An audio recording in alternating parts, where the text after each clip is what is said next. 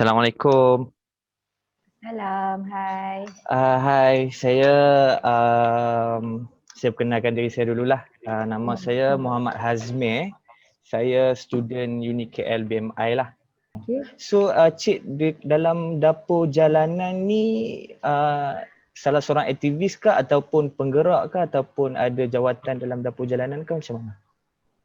Okay, sebenarnya kalau nak jawab yang tu, kita kena balik kepada background dapur jalanan tu dulu. Dapur jalanan dia dah start daripada tahun 2013, tapi masa tahun 2013 tu kita tak bergerak sebagai NGO.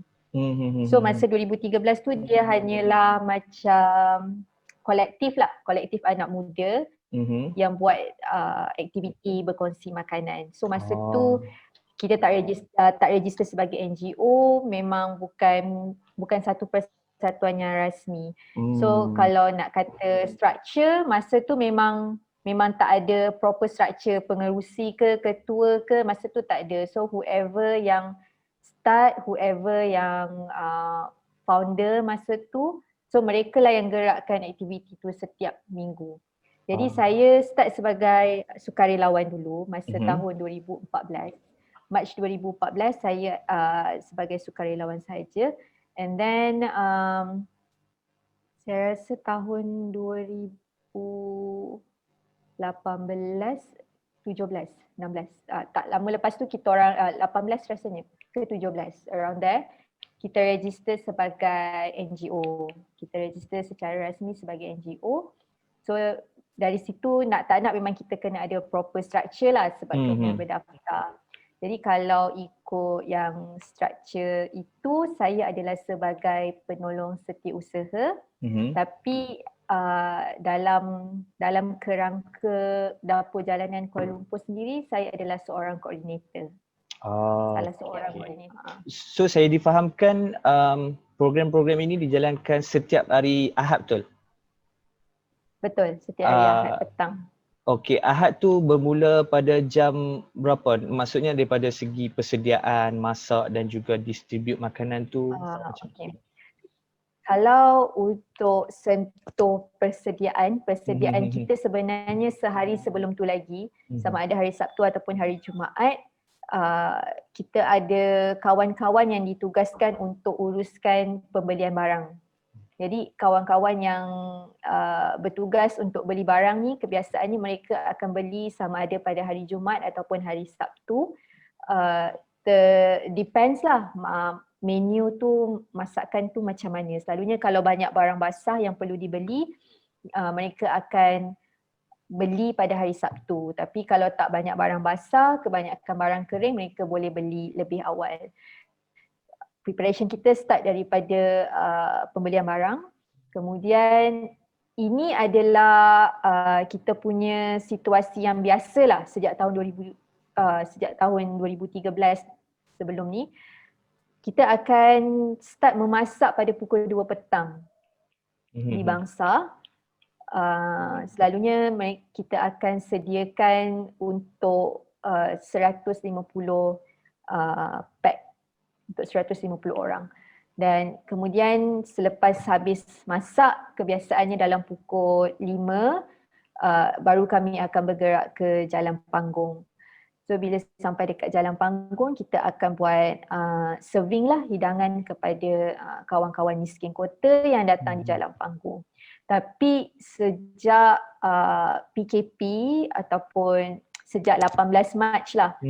Bila 18 Mac, bila ada arahan Perintah Kawalan Pergerakan Bersyarat, Perintah Kawalan Pergerakan diperketatkan, sekarang Perintah Kawalan diperketatkan bersasar dan apa segala perintah kawalan tu. So kita terpaksa kita perlu mematuhi SOP yang telah ditetapkan. Jadi antara SOP yang dalam consideration kita, bukan dalam consideration, maksudnya SOP yang memang kita amalkan,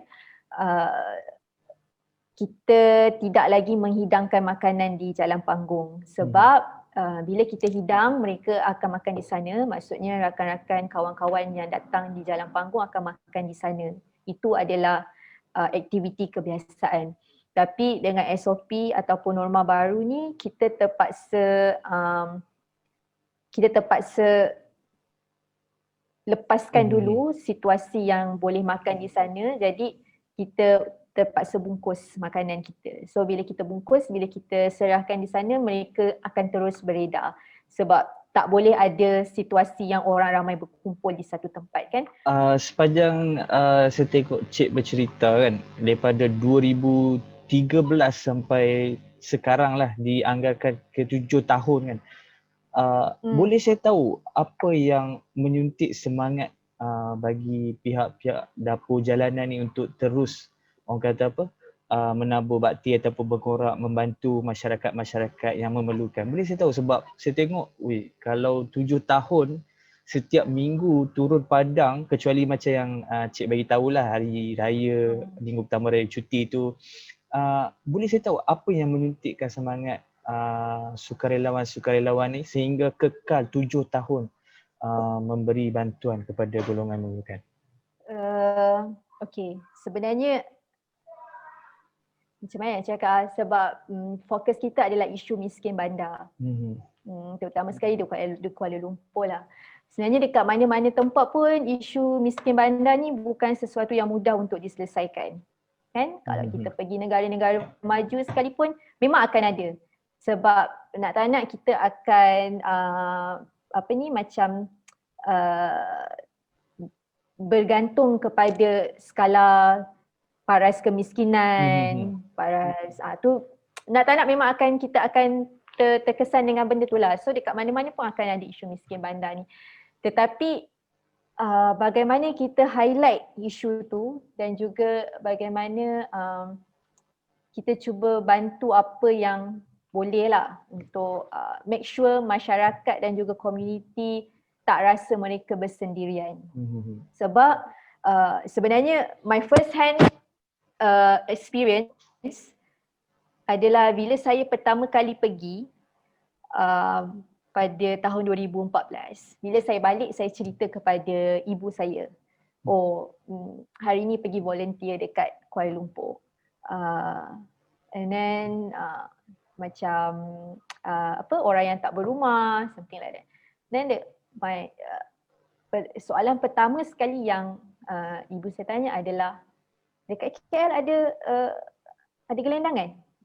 Something like that. So sebenarnya kesedaran sama ada Kuala Lumpur ada golongan miskin kota ataupun yang orang lebih kenali sebagai gelandangan ataupun miskin tidak berumah tu, dia sentiasa ada, tetapi setakat mana kesedaran kita untuk tahu kenapa benda tu wujud, apa yang menyebabkan mereka tidak berumah, ataupun sebab nak tak nak ada antara mereka yang memilih untuk begitu, tetapi ada juga yang memang dah cuba macam mana pun memang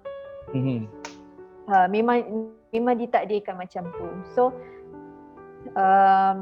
yang membuatkan kita still untuk bergerak pada setiap hari Ahad tu adalah daripada 2013 sampai sekarang adalah kita sedar mereka perlukan kita. It's not that bagi makanan hari Ahad so diorang boleh kenyang seminggu ataupun bukan macam tu, tapi konsep kita adalah untuk kita santuni mereka, dekati mereka, dan kalau ada isu-isu lain yang kita perlu dan boleh bantu, mungkin kita boleh bantu. Mungkin untuk sediakan satu rumah untuk setiap orang, itu bukan dalam kapasiti kami. Maksudnya bukan dalam kapasiti mana-mana NGO pun. Tapi bila mereka dekat dengan individu ataupun kumpulan yang bekerja dengan mereka, mereka akan selesa untuk ceritakan apa yang mereka perlukan selain daripada makanan tu. Sebab kadang-kadang kita pun ada terima bila kita datang, yang ni nak start berniaga tapi tak tahu macam mana. So mereka minta advice. Ada yang nak kahwin, nak dapatkan rumah tapi tak tahu kat mana dapat rumah murah. So yang sewa murah. Jadi kita dalam masa yang sama mungkin kita boleh tolong carikan. Lepas tu mungkin ada yang sakit, ada yang itu. So ada keperluan-keperluan lain yang bila kita datang setiap minggu, ada perkara-perkara lain yang sebenarnya kita masih boleh bantu mereka. And then lagi satu adalah macam di dapur jalanan Kuala Lumpur, tak semua yang datang tu adalah gelendangan. Tak semua yang datang tu adalah tidak berumah. Ada yang datang tu adalah macam orang tua yang tinggal seorang, yang tak ada anak-anak bersama mereka, tapi mereka datang untuk makan dan bersosial dengan kawan-kawan yang sama umur dengan dia, something like that. So ada aunty yang datang dari Ceras naik bas ke situ, ada uncle yang datang daripada Seri Kembangan untuk makan, jumpa dengan kawan-kawan dekat sana. So sebenarnya apa yang kami cuba buat selain daripada kesedaran tentang isu miskin kota di Kuala Lumpur adalah antara yang lain adalah untuk menghargai ruang masyarakat yang ada. Sebab nak tak nak, kita community adalah support system to each other. Kita tak boleh sekalipun tinggal sendirian. And kalau ada ruang untuk kita sediakan ruang masyarakat tu adalah, that is one of the good thing lah untuk kita support each other. And then kalau nak tanya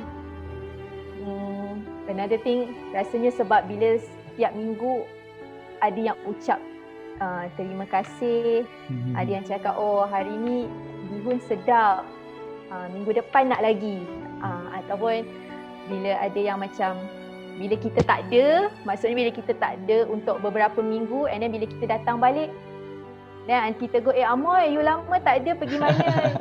So kita tahu dia pun it's not about dia bukan hanya tentang kita memberi, tapi dalam masa yang sama sebenarnya dia macam the way untuk kita appreciate each other. Sebab tu one of the reason kenapa saya masih berada bersama dengan dapur jalanan adalah apa yang kita buat tu dia bukan satu hala saja, tapi dua hala. Maksudnya macam mereka makan di sana, mereka berbual-bual dengan kita.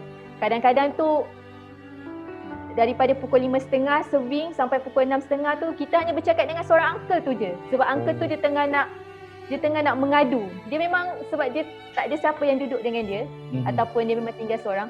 So dia hanya nak bercerita. So kita pun dengar. And then bila dah habis tu nanti dia akan ada setengah yang akan cakap macam terima kasihlah dengar Pak Cik ni tak ada siapa dah, adik seorang dengar, something like that. So benda-benda macam tu buat kita rasa macam oh, I am here, ada purpose.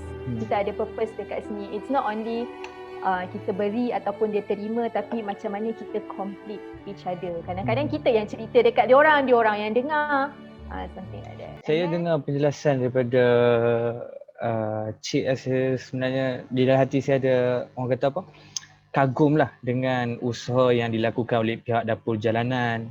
So saya pun berharap agar berdoa lah kepada agar pihak-pihak dapur jalanan diberikan balasan lah di atas susah payah yang telah dikorbankan.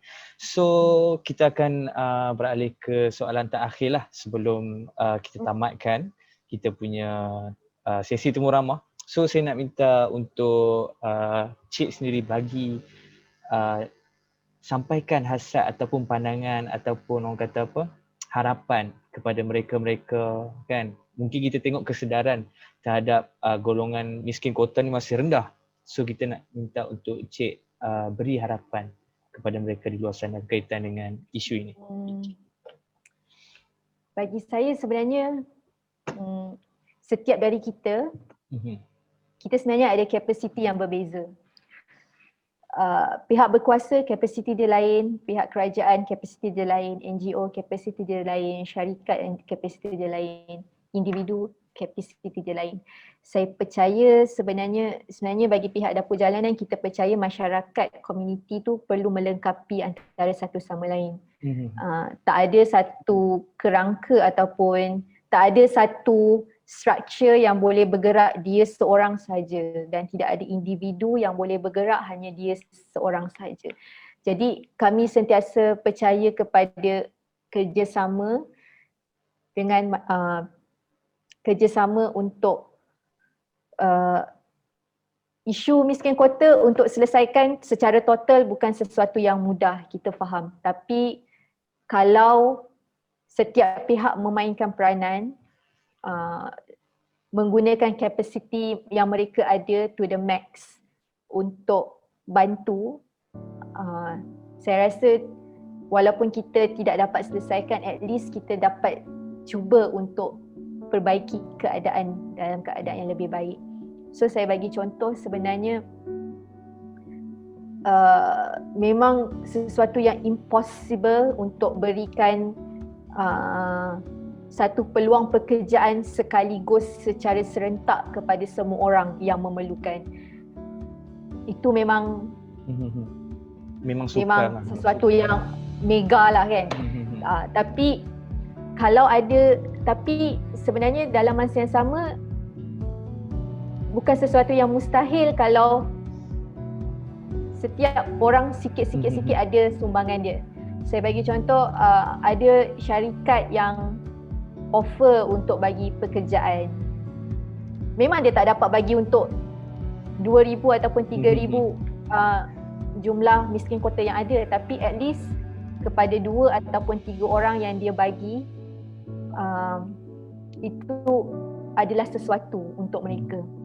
Memang ada yang macam tiba-tiba dia hilang, tiba-tiba dia tak datang, 2-3 minggu tak datang, kemudian tiba-tiba dia datang. Dan bila kita tanya, mana lama tak nampak? Oh, sekarang saya dah dapat kerja dekat sini, dia bantu saya dengan kawan-kawan yang ada kerja dekat sana.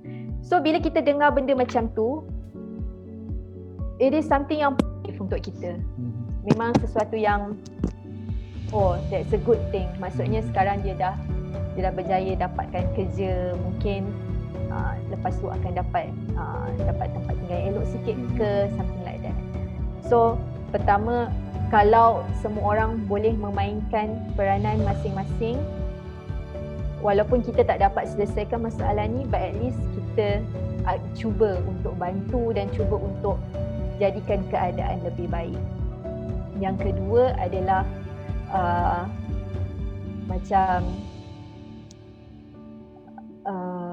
kesedaran adalah satu benda, tapi dalam masa yang sama kami percaya kepada peluang kedua. Peluang kedua harus diberikan. Peluang kedua tu kena ada, dan masyarakat pun kena sentiasa positif lah. Maksudnya macam kalau tak biasa ataupun tak tahu, tak apa. Memang it's okay. It's okay untuk bila kita tak tahu, tapi kita tak boleh assume. Kita tak tahu, kita tanya, it's still okay. Tapi untuk kita terus assume, untuk kita terus ada pandangan negatif, sebab kita takkan pernah tahu apa yang mereka alami ataupun apa yang mereka dah alami sebelum ni. Saya sangat terinspirasilah dengan perjalanan cerita daripada Encik sendiri berkaitan dengan 7 tahun aktiviti yang telah dijalankan oleh Dapur Jalanan, dan saya yakin dengan penglibatan sukarelawan ni, insya-Allah serba sedikit akan memberi penjelasan kepada mereka kenapa sebab ini berlaku, kenapa dan sebagainya. Jadi saya rasa itu sahaja interview pada hari ini bersama dengan pihak Dapur Jalanan, dan of course saya ingin mengucapkan jutaan terima kasih lah kepada Cik kerana sudi meluangkan masa bersama dengan saya untuk siapkan proses assignment kami.